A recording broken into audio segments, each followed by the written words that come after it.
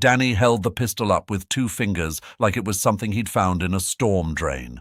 Rust covered every surface. The barrel was pitted. The grip panels were cracked and warped. The slide was seized solid. He couldn't move it with his thumb, couldn't move it with his whole hand. The trigger wouldn't travel. The magazine was fused to the frame with decades of corrosion. He set it down on the counter with a dull sound. "Sir, I appreciate you bringing this in, but there's nothing here. This isn't a repair job. This isn't even a parts job. This is a paperweight if you're generous, and a landfill item if you're honest." His apprentice Kyle leaned over from the cleaning bench and looked, made a face, went back to what he was doing. The old man on the other side of the counter didn't move, didn't reach for the pistol, didn't look embarrassed or apologetic. He was perhaps 75, perhaps older, in a plain grey flannel shirt and dark trousers and boots that had seen serious use. His hands were on the counter, flat, and his eyes were the specific pale brown of someone who had spent decades in bright outdoor conditions. He said, "Clean the frame first." Danny almost didn't. He had been doing this for 8 years, and he knew junk when he held it. He had a queue of 12 actual repair jobs waiting. He did not have time to humor an old man's attachment to what was, by any professional assessment, a relic fit only for disposal. But the way the old man said it, flat, patient, not asking, stating, the way someone states a fact they have known for a long time and are now waiting for someone else to catch up to. Danny reached for the cleaning solution. What he found under the rust 10 minutes later would make him set down his brush and step back from the bench, would make Kyle put down what he was working on and come over without being asked, would make Danny reach for his phone and call a number he had called twice in 8 years, both times for pieces of genuine historical significance. What he found would also explain who the old man was, and what he had carried for 60 years, and why he had come into a small-town gun shop on a Tuesday morning in November with a pistol in a paper bag, and the patience of someone who had been waiting for the right person to clean the frame. Who was he, and what was under the rust? Drop your city in the comments, and if you believe that some objects carry more history than they appear to, subscribe. Because what Danny found on that frame changed everything he thought he knew about a war that ended before he was born. Danny Kowalski had run Kowalski Firearms Repair and Appraisal on Route 9 in Braden, Ohio for 8 years, since taking over from his father who had run it for 22 years before a bad back made the bench work impossible. The shop was in a low building that had been a farm supply store before it was a gun shop, and it still had the particular quality of spaces that have been continuously useful for different purposes. The layout efficient, the shelving dense, the smell of solvents and metal overlaid with something older and more general. He was 36 years old. He had grown up in this building, doing homework at the back bench while his father worked, learning the names of parts before he learned long division, developing the specific competence of someone whose education happened alongside rather than separate from the thing they would eventually do for a living. He was good at the work, not flashy, methodical. He approached each piece as a problem with a solution, assembled from the available evidence, and he had the patience for evidence that slow work required. He held a federal firearms license. He did appraisals for estates, for collectors, for insurance purposes. He had testified twice as an expert witness in legal proceedings, both times regarding the authenticity of pieces whose provenance was being disputed. He had written 2 articles for a regional collectors publication on the identification of military surplus handguns. He was not famous in his field. He was respected in it, which was different and in some ways more durable. His apprentice Kyle was 22 and had been working at the shop for 18 months. He had good hands and mediocre patience, and was developing the latter at the rate available to someone who had the former, and was beginning to understand why both were necessary. Danny liked him. He would be a good gunsmith eventually. He was not one yet.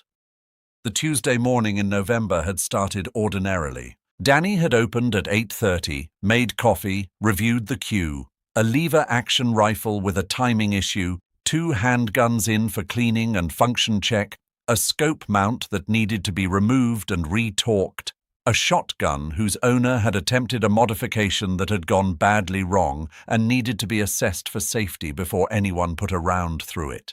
Standard Tuesday. Kyle had arrived at 9, taken the shotgun assessment as his first task, which Danny had assigned because it required careful documentation before any physical work, which Kyle needed to practice. The old man arrived at 10:47.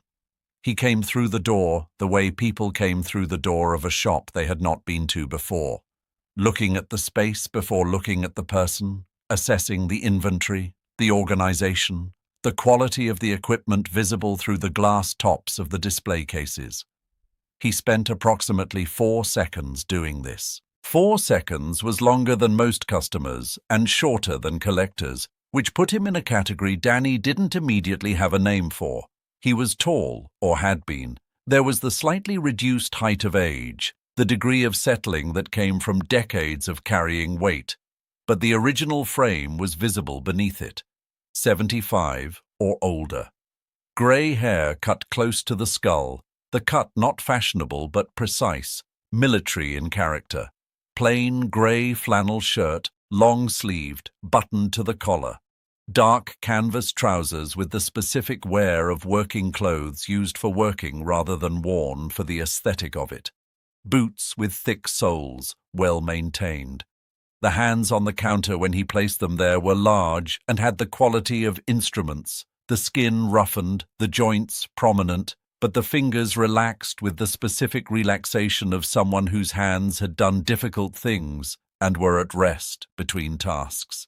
He carried a paper bag. Standard grocery store variety. He placed it on the counter and reached inside and removed the pistol wrapped in a cloth. Not a cleaning cloth, an old cotton cloth, the kind used for polishing furniture or optical equipment, folded with the specific precision of someone who had been wrapping and unwrapping something the same way for a very long time. He set the pistol on the counter, did not say anything immediately, waited for Danny to look at it. Danny looked at it. He gave his assessment. The rust, the seized slide, the fused magazine, the condition that he had, professionally and honestly, categorized as beyond any reasonable repair or appraisal value. The old man said, "Clean the frame first." Danny reached for the cleaning solution. He used Hops No. 9 and a bronze brush and worked on the frame systematically, the way he worked on everything, left to right, bottom to top, each pass deliberate and complete before the next. The rust came off in layers. Under the heavy surface oxidation, a darker discoloration. Under that, the original metal, blued steel, the blue mostly gone, but the surface preserved beneath the rust, better than he had expected. At the 6 o'clock position on the frame, on the left side, partially obscured by the remaining rust, something was becoming visible. Not the manufacturer's markings. Those were in the standard position, and he had already identified them. Something additional, smaller, made by a different tool. He worked more carefully around this area, changed to a finer brush, changed to a cotton swab with solvent. The characters emerged slowly, one at a time. Not a serial number, not a proof mark, not any standard military marking he recognized from the reference material he had been studying since he was 12 years old. 7 characters, a letter, a number, a letter, a number, a hyphen, 2 letters. He stared at them. He looked up at the old man, who was standing on the other side of the counter in exactly the same position he had been standing in since he placed the pistol down, watching Danny with those pale brown eyes. "What is this?" Danny said. "What does it look like?" the old man said. "It looks like a unit designation," Danny said slowly. "But not a standard one. The format is wrong for American military, wrong for British. The hyphen placement." He looked at the characters again. "This looks Eastern European." "Yes," the old man said. "World War II era, based on the base metal and the construction." "Yes." Danny set the brush down, reached under the counter for the reference volume he kept there. His most used reference, a comprehensive guide to European military small arms markings, 1935 to 1950, the spine broken from use. He opened it to the section on unit designations. He found the format, traced the pattern, cross-referenced the letter combination. He looked up at the old man. "This is a Polish Home Army designation," Danny said. "The Armia Krajowa, the underground resistance during the German occupation." He looked at the characters again. "This is a unit weapon, registered to a specific unit of the Polish underground resistance." "Yes," the old man said. "These weapons were—" Danny stopped, thought about what he knew, thought about the historical record. Most of these were destroyed or seized at the end of the war. The surviving pieces are in museums or in private collections that have provenance documentation going back decades. A piece like this, in the wild, without documentation— "There is documentation," the old man said. He reached into the pocket of his canvas trousers and produced an envelope. Sealed. Old. The paper yellowed to the color of old ivory. He placed it on the counter beside the pistol. "Read the letter inside before you say anything else," he said. "It will explain what you're looking at." Danny looked at the envelope, at the pistol, at the characters on the frame that had been under the rust for 60 years. He picked up the envelope. The letter inside was handwritten. The paper was the same age as the envelope. Old, thin, the kind of paper used when paper was rationed and every sheet counted. The handwriting was in English, but the sentence construction had the specific quality of someone who had learned English as their second or third language and wrote in it with precision, but not idiom. It was dated April 1963. It was addressed to no one. It began, "If you are reading this, then what I kept has survived longer than I expected." Danny read it again, set it down. Kyle had come over from the shotgun bench at some point during the cleaning. Danny hadn't noticed when. He was standing 2 feet away, not touching anything, reading the characters on the frame from a distance. Danny looked at the old man. "This letter was written by someone who brought this pistol from Poland after the war," Danny said carefully, "who carried it out of Warsaw in 1945, who kept it for 18 years, and then wrote a letter describing what it was, and put both the letter and the pistol in a sealed container and—" he looked at the letter again, "and gave both of them to someone to keep." "My father," the old man said. "He gave them to my father in 1963. Who wrote this letter?" The old man was quiet for a moment. The shop breathed around them, the hum of the ventilation, the distant sound of Route 9 traffic, the small sounds of an ordinary Tuesday morning proceeding outside the walls. "His name was Alexander Wisniewski," the old man said. "He was a courier for the Armia Krajowa from 1942 to 1945. He carried messages, materials, and occasionally weapons between units in the Warsaw district. He was 21 years old when the Warsaw Uprising began in August 1944. He was 22 when it ended." He looked at the pistol on the counter. "He survived," he said. "Not everyone did. He came to the United States in 1951 with his wife and a suitcase and this pistol. He worked in a factory in Cleveland for 30 years. He was my father's employer. My father worked in the same factory from 1955 to 1982. They were friends, in the way that two men can be friends across a significant difference in age and history, because the younger man had the specific quality of listening that the older man needed and had rarely found." He looked at Danny. "Mr. Wisniewski died in 1963. He was 41 years old. He left no family in this country. His wife had died the previous year. Before he died, he gave my father the pistol and the letter and told him to keep them safe and pass them on if anyone ever asked the right questions." Danny said, "What were the right questions?" The old man said, "He didn't specify. He said, 'You will know them when you hear them.' My father kept the pistol for 20 years, and no one asked the right questions. When my father died, I kept it, and I have kept it for 30 years, and no one has asked the right questions." He looked at Danny steadily. "Until today," he said. "You asked what the marking was. That was the right question. The first person in 50 years to look at this pistol and ask what the marking was instead of telling me it was worthless." Danny's name was, as noted, Kowalski. He had grown up with the name as simply his name, the way most people grow up with their names, without particular attention to its origins or implications. His grandfather had come from Poland in the 1920s, before the war, and had spoken Polish at home until his children grew up, and the language faded through disuse. Danny spoke perhaps 40 words of Polish, all learned from his grandfather before the old man died, most of them related to food. He thought about this as he looked at the pistol on his bench, about the specific proximity of things that are not accidents but that have the quality of accidents until you look at them from the right angle. He was not given to this kind of thinking usually. He was a practical man who worked with physical objects and drew conclusions from physical evidence. But the pistol on his bench had come from a world that had produced his name, and the man across the counter had a grandfather who had worked alongside a man who had carried this pistol through Warsaw in 1944, and all of that had arrived at his counter on a Tuesday morning in November through a series of steps that were, individually, entirely explicable and, collectively, something he was going to be thinking about for a long time. He said, "What do you want to do with it?" The old man said, "I want to know what it is, what it's worth.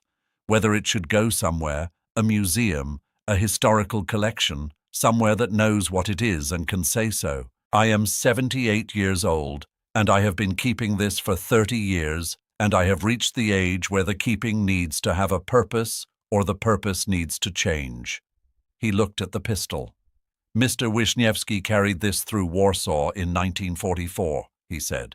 He carried it through the Uprising. He carried it out of Poland in 1945. He carried it to this country in 1951. He kept it for 12 years. My father kept it for 20 years. I have kept it for 30 years. It has been kept by 3 men for 60 years. I would like the keeping to mean something."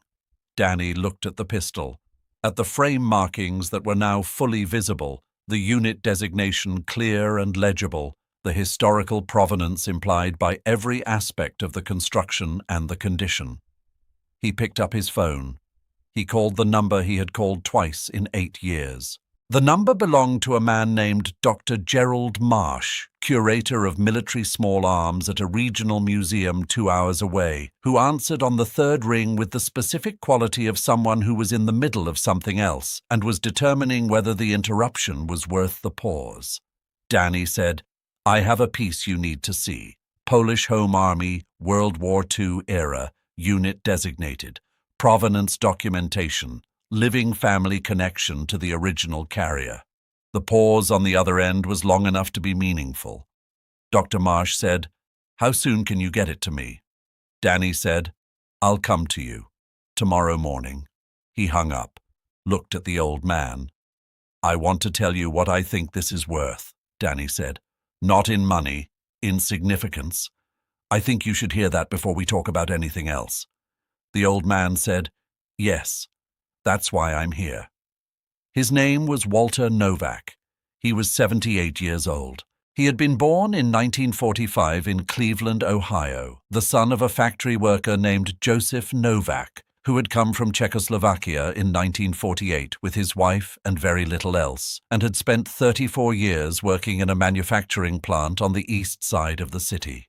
Joseph Novak had worked alongside Alexander Wisniewski for 27 years, side by side on the factory floor, in the specific proximity of people who do physical work together over decades and develop the particular compressed communication of people who have run out of small talk and are left with the real things. Joseph had known about the pistol, had known about Warsaw. had listened to Wisniewski's account of the uprising over the course of many years, in pieces, the way traumatic history gets told, not as a narrative, but as fragments surfacing when they surfaced, returned to when the telling became possible again. When Wisniewski died in 1963 without family, he had given Joseph the pistol and the letter and the specific instruction that Danny now understood. Keep this until someone asks the right questions. Joseph had kept it for 20 years. He had shown it to Walter once when Walter was 12 and explained approximately what it was.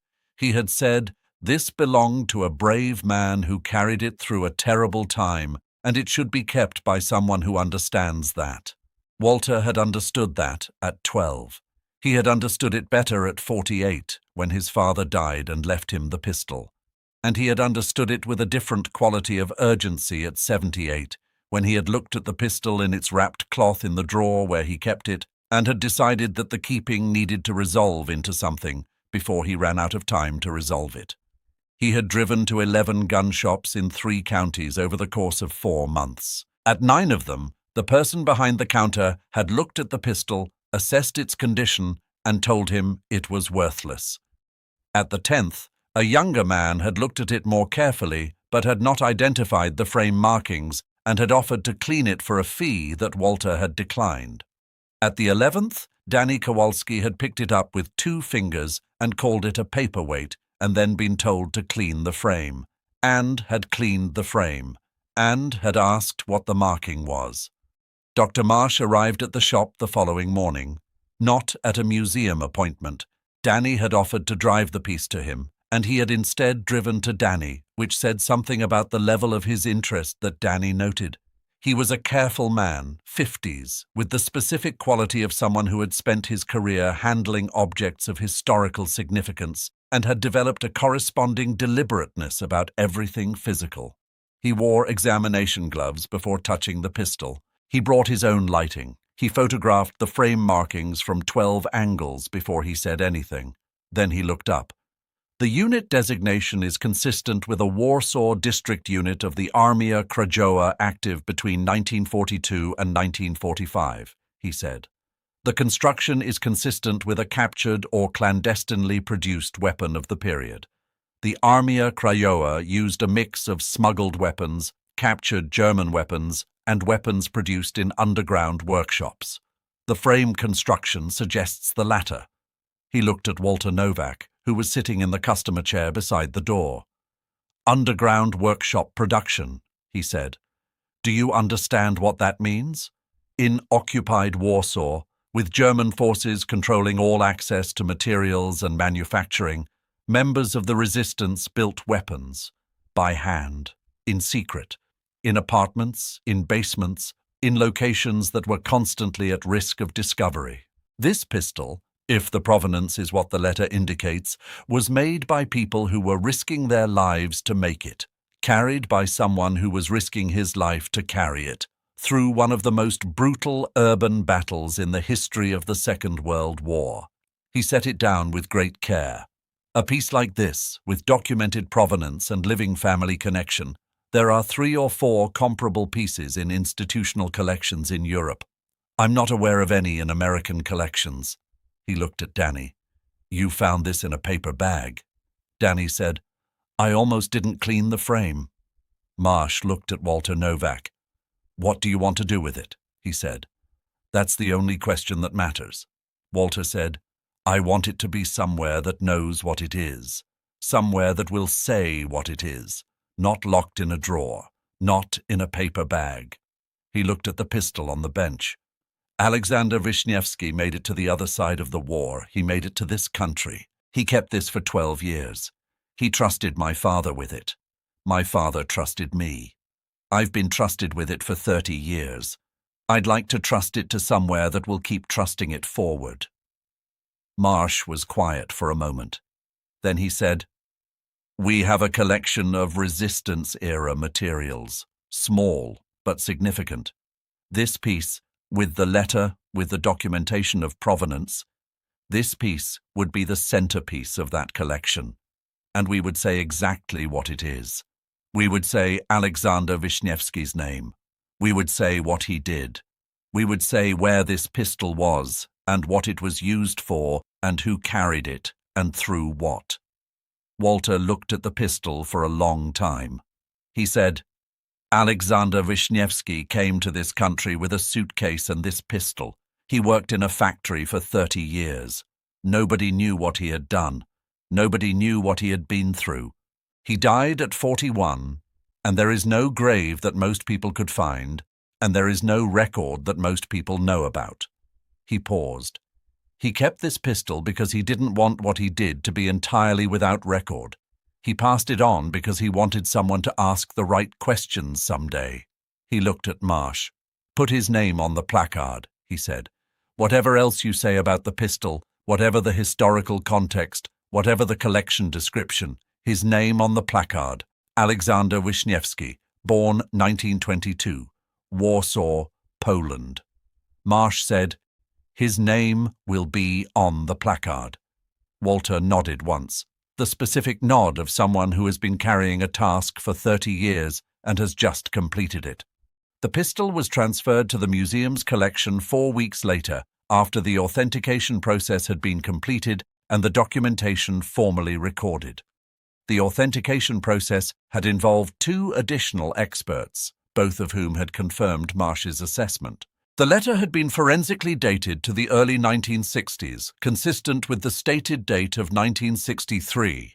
The frame markings had been cross-referenced against the surviving records of Armia Krajowa unit designations, and the unit identified as a courier and logistics unit active in the Wola district of Warsaw from 1942 to the Uprising's end in October 1944. Danny had driven Walter to the museum for the transfer. It had not been necessary. The museum had offered to send a courier, but Walter had asked if Danny would drive him, and Danny had said yes without deliberating. They had driven 2 hours through November, Ohio in Danny's truck, the pistol in a transport case on the back seat, Walter in the passenger seat with his hands in his lap, and his pale brown eyes watching the landscape with the same attentive quality he brought to everything. They had talked intermittently about ordinary things, the weather, the state of Route 9, which had construction that had been ongoing for 2 years, Walter's daughter in Columbus, who worked in hospital administration, Danny's father, who still came into the shop once a week to look at things and offer opinions about the queue, the specific quality of Ohio in November, which was its own category of landscape, honest, unpretentious, the fields stripped back to their essential character. At one point, Walter said, "Your name?" "Kowalski." Danny said, "Yes, Polish." Walter said, "Mr. Wisniewski would have found that appropriate. A Kowalski cleaning the frame." Danny said, "Kowalski means blacksmith." Walter said, "I know. He would have found that even more appropriate." They drove the rest of the way without saying much else, which was fine. Some drives don't require more than the landscape and the company. The placard read, Armia Krajowa Sidearm, Warsaw District Courier Unit, produced underground, Warsaw, c. 1943, carried by Alexander Wisniewski, 1922-1963, through the Warsaw Uprising, August-October 1944, brought to the United States, 1951. Preserved in private custody for 60 years by Joseph Novak and Walter Novak, Cleveland and Braden, Ohio. Donated to this collection by Walter Novak, 2024. Danny saw the placard 3 weeks after the transfer, when he drove back to the museum with Kyle on a Saturday. Not for any official purpose, just to see it. Kyle read the placard, looked at the pistol in its case, read the placard again. He said, "We almost didn't clean the frame." Danny said, "I know." Kyle said, "What made you do it?" "He just said to clean the frame. You could have said no." Danny thought about it, about the specific quality of the old man's voice when he said it, the flatness, the patience, the way of stating a fact rather than making a request. He said, the way he said it, he wasn't asking. He was telling me something I didn't know yet, and something about that told me it was worth finding out. Kyle looked at the pistol.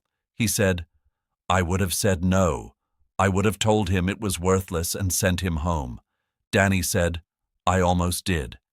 He looked at the placard, at Alexander Wisniewski's name, at the dates, born 1922, died 1963, 41 years old, a factory worker in Cleveland with no grave that most people could find, and no record that most people knew about, except now this one. His name on a placard in a museum case, with a description of what he had done and where he had been and what he had carried. That was the right question answered. 60 years late, which was better than never, and better by far than the alternative, which was a pistol in a paper bag going to a landfill because a gunsmith had made an assessment before cleaning the frame. Danny went back to work. Kyle drove them home. The November Ohio landscape was what it was, honest and stripped back, and essentially itself. He thought about rust, about what it covered, about the specific habit of cleaning before concluding. He went back to the shop on Monday, opened the queue, started on the first piece. He cleaned the frame first. Have you ever almost dismissed something before you really looked at it? Have you ever been the person who almost missed something extraordinary because it looked ordinary from the outside? Drop your story in the comments. And if you believe that looking carefully before concluding is one of the most important things a person can do, subscribe. There are more stories like this one, more objects that carry more than they appear to carry, more frames with markings under the rust. Clean the frame first. End of story. The frame. 50,000 characters. Original work. Walter Novak called the shop 3 weeks after the museum visit. Not about the pistol. That chapter was complete, the documentation filed, the transfer formal, the placard installed. He called because he had been thinking about something and had decided to say it out loud rather than let it sit. He said, "I want to tell you something about Mr. Wisniewski. Something that isn't in the letter and isn't in the museum documentation and probably won't end up anywhere official. But I think you should know it." Danny said, "Go ahead." Walter said, "My father told me once about a conversation he had with Wisniewski in 1961, 2 years before he died. They were working the same shift, late, most of the floor empty, the kind of conversation that happens when two people are tired and the ordinary defenses are down. My father asked him why he kept the pistol, why he had brought it all the way to this country, kept it for 10 years, why he didn't just let it go, leave it in Poland or throw it in the ocean or put it in a box in a basement and forget it was there." He paused. Danny waited. Walter said, Wisniewski told him that during the uprising, in the last weeks, when it was clear that the battle was lost and the Germans were going to win and the Russians were sitting on the other side of the river not coming, in those weeks, the unit he worked with made a decision. They decided to document what they had done, not for military purposes, not for strategic purposes, just to make a record of what they had been, of what they had tried, of the fact that they had existed and had fought and had not simply disappeared without a record. Danny said nothing, listening. Walter said, "They kept lists, names of unit members, dates of operations, the weapons they had used and what they had used them for. They wrote it down because they understood that the Germans wanted them to not exist, not just to be defeated, but to be entirely without record, as if the resistance had never happened and the people in it had never been. And writing things down was a way of saying, we were here. You can destroy us, but you cannot make us have not been here." He paused again. Walter said, "Wisniewski carried the pistol because it was on the list. It had a unit designation stamped on the frame. It was part of the documentation. Carrying it was a way of carrying the record. And when he came to this country and started a new life in a factory in Cleveland, he kept carrying it because, my father said, because the record still needed to be somewhere. Because the people whose names were on those lists deserved to have the record exist somewhere, even if only in the bottom of a drawer in an apartment in Ohio." He stopped. Danny looked at the workbench in front of him. The queue. The ordinary Tuesday morning continuing outside on Route 9. He said, "Do you know what happened to the lists? The other documentation?" Walter said, Lost, almost certainly. Warsaw was destroyed, 85% of it, building by building, deliberately. Whatever documentation survived the uprising likely did not survive the destruction. What Wiśniewski carried out was probably one of very few pieces of the record that made it. Danny said, "And now it's in a museum." Walter said, "And now it's in a museum," with his name on the placard. He was quiet for a moment. He said, "I want you to know that when you cleaned that frame, you were doing the same thing they were doing in Warsaw in 1944. You were making a record exist that otherwise would not have existed. You were saying, this was here, this mattered." Danny said, "I just cleaned a frame." Walter said, "Yes, that's all. That's exactly all. You just did your job. And sometimes doing your job exactly right is the thing that makes the record survive." He thanked Danny. He said goodbye with the particular finality of someone who has completed something that needed completing and is now putting it down. Danny said goodbye. Hung up. He sat at the bench for a moment. The queue waited. The Tuesday morning proceeded outside. He thought about a man in Warsaw in 1944 stamping a unit designation into a pistol frame, thinking, we were here, making the mark before the worst of it came, carrying it through the worst of it, carrying it out the other side, and 60 years later, a gunsmith in Ohio almost sending it to a landfill before someone said 3 words, "Clean the frame first." Kyle came in at 9 on the Thursday after the call. Danny was already at the bench working through the queue. Kyle hung up his jacket, poured coffee, came to the bench. He said, "You got a call?" Danny said, "From Walter Novak. He told me something about Wiśniewski, about why he kept the pistol. He told Kyle the story, the lists, the documentation, the decision to make a record because the Germans wanted them to not exist, carrying the pistol as a way of carrying the record." Kyle listened. He was better at listening than he had been 18 months ago. The patience was developing. When Danny finished, Kyle looked at the queue in front of them.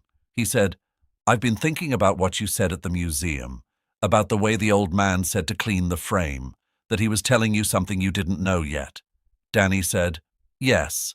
Kyle said, "I don't know how to develop that instinct.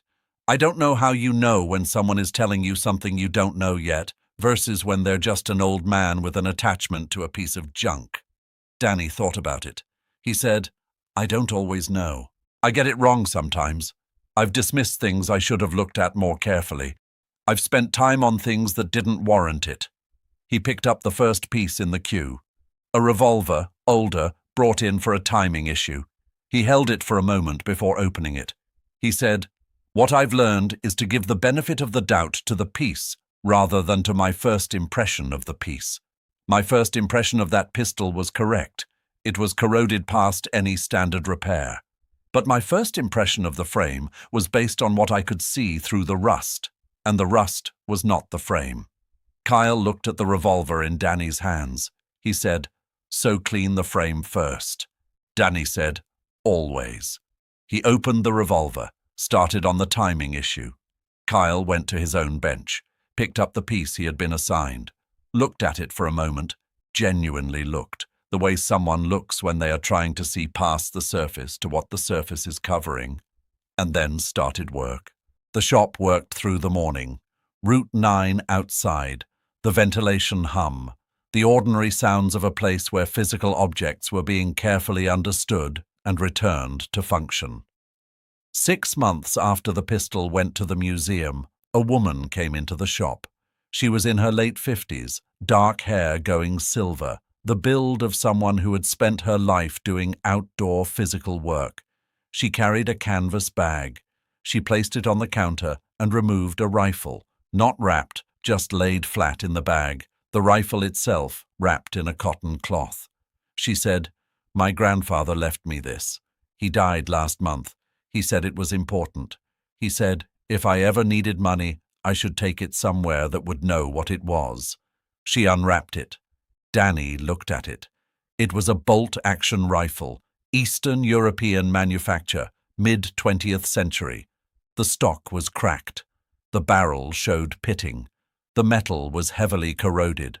He looked at the woman, at the canvas bag, at the cotton cloth that had been wrapped and unwrapped with the same precision as Walter Novak's wrapping. He reached for the cleaning solution. He cleaned the frame first. The marking under the rust was different from the Armia Krajowa designation. Different country, different unit, different war, technically, post-war resistance, Eastern Bloc, 1950s. Danny spent 2 evenings with his reference materials before he understood what he was looking at. He called Dr. Marsh. Marsh came the following week. The process began again. Patient, methodical, the work of someone who had learned to clean the frame before concluding. Some things only become visible after cleaning. Some markings are under rust that has taken decades to accumulate. Some records survive only because someone kept them through displacement and loss and the ordinary attrition of time, and carried them to a place where someone would eventually ask the right question. The right question, Danny had come to understand, was not a specific question. It was a habit, a way of approaching the thing in front of you with the understanding that your first impression of it was formed from incomplete information, and that complete information required work. Clean the frame first. Ask what the marking is. Let what you are looking at tell you what it is before you tell it what it is. He was 36 years old. He had been doing this for 8 years. He was going to be doing it for a long time. He went back to the queue. He worked methodically, left to right, bottom to top, each pass deliberate and complete before the next. He cleaned every frame. The museum opened a new wing in the spring, not a large wing, a single gallery, modest in scale, titled Resistance and Record, Small Arms of the European Underground, 1939-1956. The Wisniewski pistol was the centerpiece of the opening display, exactly as Marsh had said it would be. Danny attended the opening with Kyle. Walter Novak was there with his daughter, a woman in her early 50s who had her father's pale brown eyes and her mother's build, and the specific quality of someone who was seeing something for the first time that she had heard described her whole life. She stood in front of the display case for a long time, not crying, looking. The specific attentive looking of someone who is making a record of a moment in their own memory, storing it carefully. Walter stood beside her with his hands in his jacket pockets and looked at the placard with Alexander Wisniewski's name on it. Danny stood a few feet back and watched both of them. Kyle stood beside him. At one point, Walter's daughter turned and looked at Danny. She said, "You're the gunsmith?" He said, "Yes." She said, "My father told me. You almost didn't clean the frame." He said, "Yes." She said, "But you did." He said, "Yes." She looked back at the display case, at the pistol, at the placard. She said, "My grandfather kept this. He used to ask my father, before he died, whether anyone had ever asked the right questions about it. And my father would say no, and he would say, 'Keep waiting. The right questions will come.'" She was quiet for a moment. She said, 60 years. Danny said, 60 years. She turned back to the display case. She said, "Worth the wait." Dr. Marsh found him near the end of the opening reception. He said, "I've been thinking about the provenance chain on this piece. The documentary record is extraordinary. The letter, the unit designation, the chain of custody from Warsaw in 1945 through 2 generations of private custody to our collection. It's the kind of provenance that most pieces of this significance never have." Danny said, "Because most pieces were disposed of before anyone asked the right questions." Marsh said, "Yes, exactly that. The pistol survived because it was kept. And it was kept because each person who held it understood that it needed to be kept. And it came to us because the last person in that chain found the right person to ask." He looked at Danny. He said, "I want to ask you something, not officially, just, I've been wondering." Danny said, "Go ahead." Marsh said, "When you cleaned the frame, when the marking came up, what was the first thing you felt?" Danny thought about it. about the bronze brush and the cotton swab and the characters appearing one at a time under the solvent, about the specific moment of recognition, not what the marking meant, but that it meant something, that it was something other than a standard manufacturer's notation. He said, "The first thing I felt was that I had been wrong, that my assessment of the piece had been based on incomplete information, and that the incomplete information was my fault for not cleaning the frame before concluding." Marsh said, "And the second thing?" Danny said, "That someone had put this marking here deliberately, that someone had stamped these characters into this frame because they wanted there to be a record, and that the record had been waiting for 60 years for someone to find it." He looked at the display case from across the room, at the pistol under its museum lighting, at the placard with Alexander Wisniewski's name. He said, "The second thing I felt was that I was glad I cleaned the frame." Marsh nodded, said nothing more, went to speak to someone else. Danny stood in the gallery for a few more minutes. Kyle was talking to Walter's daughter near the door. Walter was still at the display case, standing the way he had been standing since they arrived, with his hands in his jacket pockets and his pale brown eyes on the placard. Danny looked at the pistol, at the frame that he had almost not cleaned, at the marking that had been under the rust for 60 years, waiting. He thought about the man who had put that marking there, in Warsaw in 1943, in an underground workshop, risking his life to build a weapon and then stamping it with its unit designation because the designation made it part of a record, and the record was the thing that mattered beyond the weapon itself. The weapon was useful, the record was permanent. He thought about carrying that record out of a burning city in 1944, carrying it across an ocean in 1951, carrying it through 30 years of factory work and a new life in a country where nobody knew what you had done, carrying it until you died at 41 and had to trust it to someone else. He thought about his own name, Kowalski, blacksmith, the name of someone who worked metal, who made things from raw material, who understood that the surface of a thing was not the thing itself. Clean the frame first. He drove back to Braden with Kyle. The spring Ohio landscape was fully itself. Green, expansive, the fields planted and tended and continuous in the way of agricultural land that has been worked for generations. The specific beauty of a place that does not make dramatic claims about itself, but simply continues.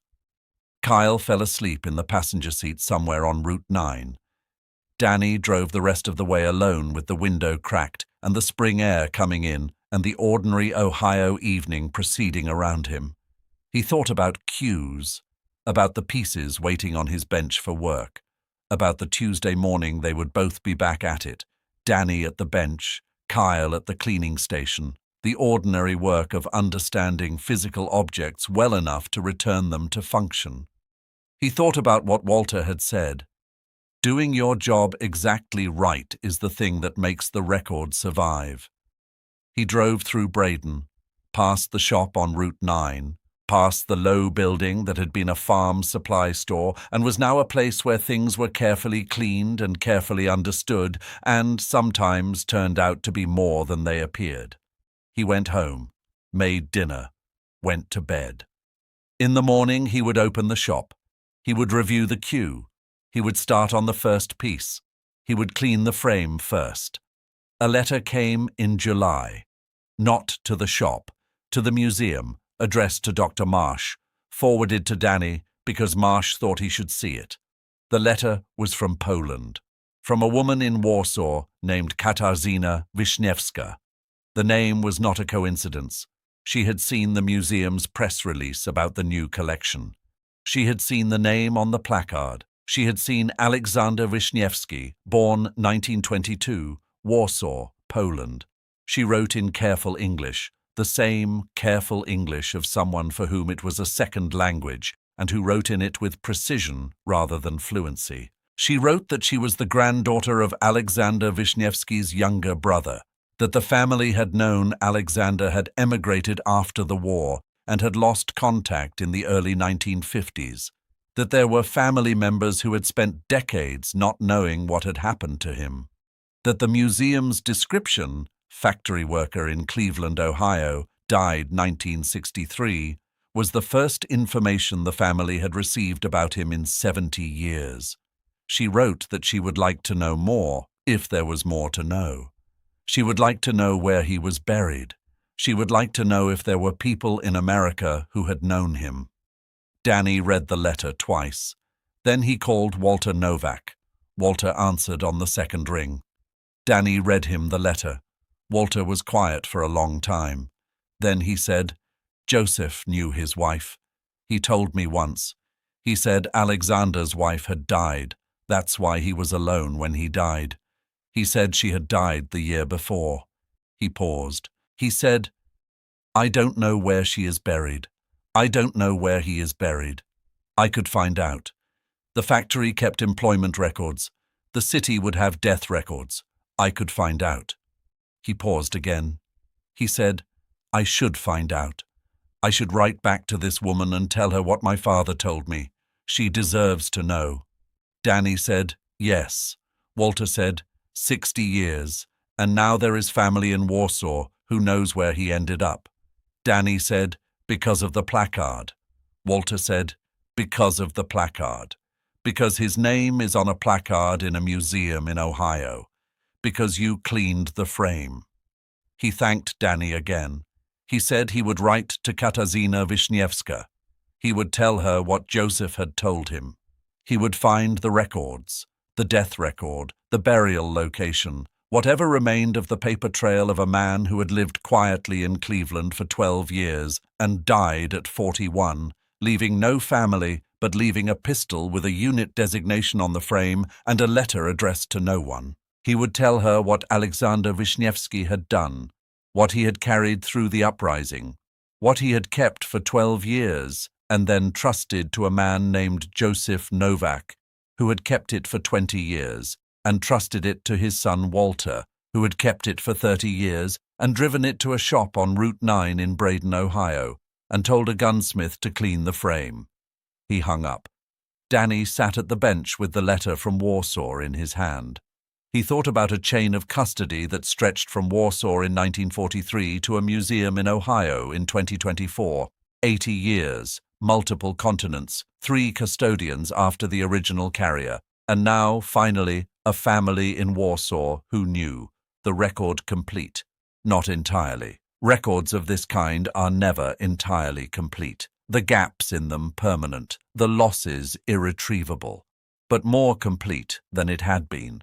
More complete than it would have been if the queue had been 1 piece shorter on a Tuesday morning in November. More complete than it would have been if an old man had walked into the wrong shop, or the wrong gunsmith had been behind the counter, or the right gunsmith had been having a different kind of morning. Some things depend on very small hinges. Danny put the letter carefully in the drawer where he kept the documentation from the transfer. The original letter from 1963.